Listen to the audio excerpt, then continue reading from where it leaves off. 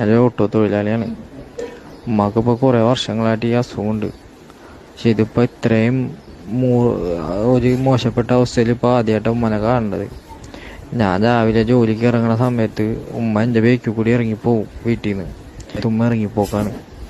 വളരെ ഒരു ദയനീയമായ അവസ്ഥയിൽ കൂടിയാണ് ഞാൻ പോയിക്കൊണ്ടിരിക്കുന്നത്. ഉമ്മാക്ക് ഇങ്ങനെ ആയതുകൊണ്ട് ഉമ്മ ഇങ്ങനെ പുറത്തേക്ക് ഇറങ്ങി പോകണ കാരണം ഞാനിപ്പോൾ ഓട്ടോറിക്ഷ ഓടാൻ തന്നെ പോകാറില്ല.